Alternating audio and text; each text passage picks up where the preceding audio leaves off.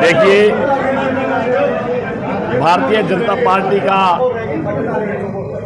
जो प्यार है, जो संगठन है और उनके विकास कार्य हैं, वो लोगों के दिलों में बसे हुए हैं। इसीलिए आज कार्यालय खोलने के वक्त आज देखो कितनी भीड़, कितनी तादाद में सीवन गांव के अंदर जो कार्यालय खोलते हुए मुझे ये महसूस हो रहा है कि जिस तरीके से पहले संसद के चुनाव में, एमपी के चुनाव में जब प्रधानमंत्री बनाया गया था, तो उस वक्त जिस तरीके से लहर थी, एक तरफा वोट डली थी, और यहाँ भी एक तरफा वोट डालेंगे और सब लोगों के साथ मिलकर ये चुनाव खोल के अपनी आज से यहाँ से शुरुआत कर रहे हैं और अभी प्रोग्रामों की शुरुआत हो रही है। कुलवंत जी, कांग्रेस ने हिसाब मांगा था, पहले ऐसे विधायक है जिन्होंने हिसाब देने का काम किया। देखिए, जो आपने कांग्रेस का हिसाब मांगने वाली बात की है, मैंने तो पहले जनता को हिसाब दे दिया और जनता को एक एक चीज के बारे में जानकारी है। तो मैं अब जनता उनको 70 साल का हिसाब किताब पूछ रही है कि तुम सामने तो आओ। मेरे को तो कोई हिसाब मांगने वाला सामने दिख ही नहीं रहा, क्योंकि ना उनके पास कुछ हिसाब देने के लिए है और ना वो कुछ हिसाब किताब दे सकते। इसलिए मैंने जनता को दे दिया, अब जनता उनसे हिसाब किताब मांग रही है। मुकाबला तो हरियाणा में ही पूरे किसी के साथ नहीं है, लेकिन दूसरे नंबर की लड़ाई लड़ने के लिए यहाँ जो कांग्रेसी हैं वो लड़ रहे हैं और एक और भी इंडिपेंडेंट चुनाव लड़ रहे हैं यहाँ नरेश डांडे जी। अब देखो मुकाबले में कौन आता है दूसरे नंबर पे, या वो डांडे जी आएंगे या देवेंद्र जी आएंगे। कैथल की चारों सीटों पर क्या कहेंगे? कैथल की चारों सीटें जीतेंगे। मैं आपको एक बात कहना चाहता हूँ साथियों, पीछे 5 स्टेटों में चुनाव हुआ था, उस वक्त बहुत से कांग्रेसी भी प्रचार करते थे कि वहाँ बीजेपी का कुछ नहीं है।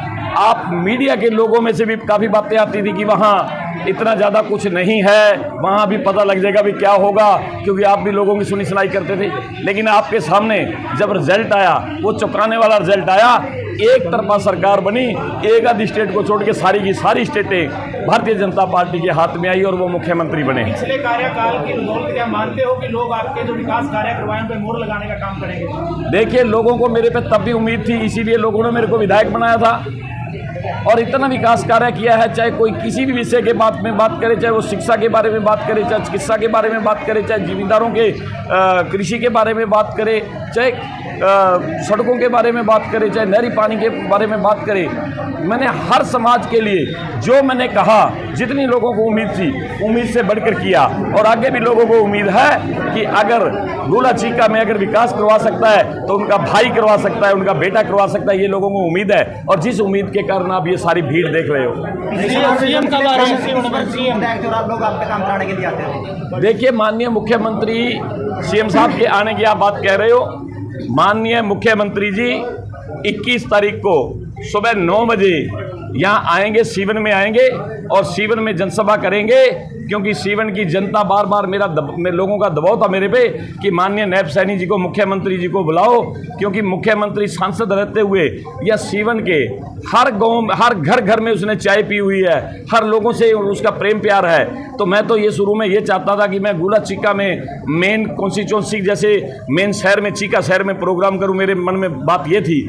लेकिन सीवन गाँव के लोगों का ये दबाव था, लोगों का प्यार था कि नायब सैनी जी मुख्यमंत्री हमारे अपने, और उनका पहली बार अगर गोला के बीच में पैर डले तो वो सीवन से डले, क्योंकि सीवन में उन्होंने बहुत ही लोगों को प्यार दिया है। और जिस तरीके से उनको 56 दिन मिले सीएम रहते हुए, 56 दिन के अंदर पिछली टर्म का जो मिले, उन्हें 56 दिन के अंदर 126 योजनाएं बनाई हैं। देखो कितना संघर्षशील साथी है। पहले मुख्यमंत्री जो होते थे, चाहे वो इनेलो की बात करें, चाहे कांग्रेस की बात करें, वो 6 महीने में भी एक योजना बनानी उनके लिए मुश्किल होती थी।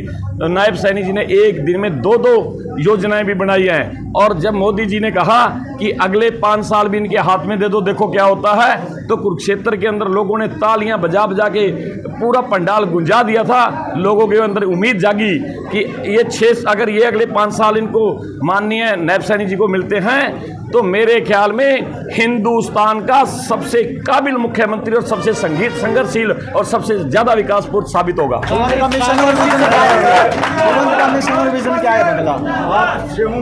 मेरा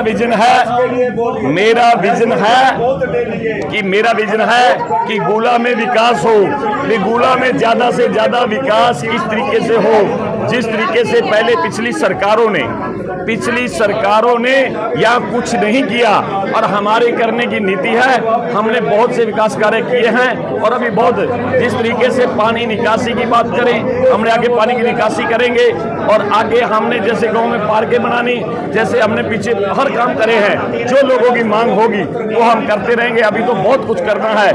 मैंने 5 साल के अंदर पूरे गोला हल्का को आगे बढ़ाने की कोशिश की।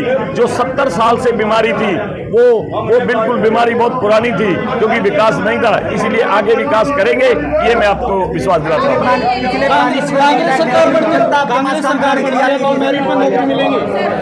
देखिए, कांग्रेस पार्टी लूट खसूट करने वाले नेताओं की पार्टी है, ये आप सबको पता है।